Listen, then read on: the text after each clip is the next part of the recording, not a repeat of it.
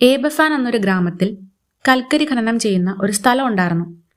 1916 ഖനനം ചെയ്യുമ്പോൾ ഉണ്ടാവുന്ന വേസ്റ്റ് അഥവാ സ്പോയിൽ ഇടാൻ നിരപ്പായ സ്ഥലമില്ലാതെ ആയപ്പോൾ ഈ ഗ്രാമത്തിന് മുകളിലുള്ള കുന്നിൻ പ്രദേശത്ത് സ്പോയിൽ ഇടാനുള്ള 7 സ്പോയിൽ ടിപ്പുകൾ നിർമ്മിച്ചു. 1966 ആയപ്പോഴേക്കും ഈ 7 എണ്ണത്തിൽ 7ാമത്തെ ടിപ്പ് മാത്രമായിരുന്നു ആക്റ്റീവായി ആളുകൾ പണിയെടുത്തിരുന്നത്.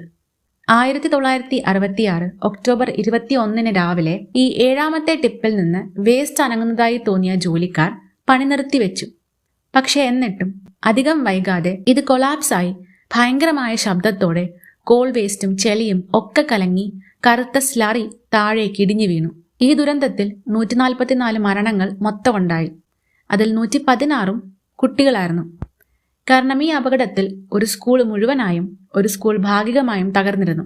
ഇതിനുശേഷം ബാധിക്കപ്പെട്ടവർക്ക് കൗൺസിലിംഗ് നൽകാനായി എത്തിയ ആൾക്കാരോട് 60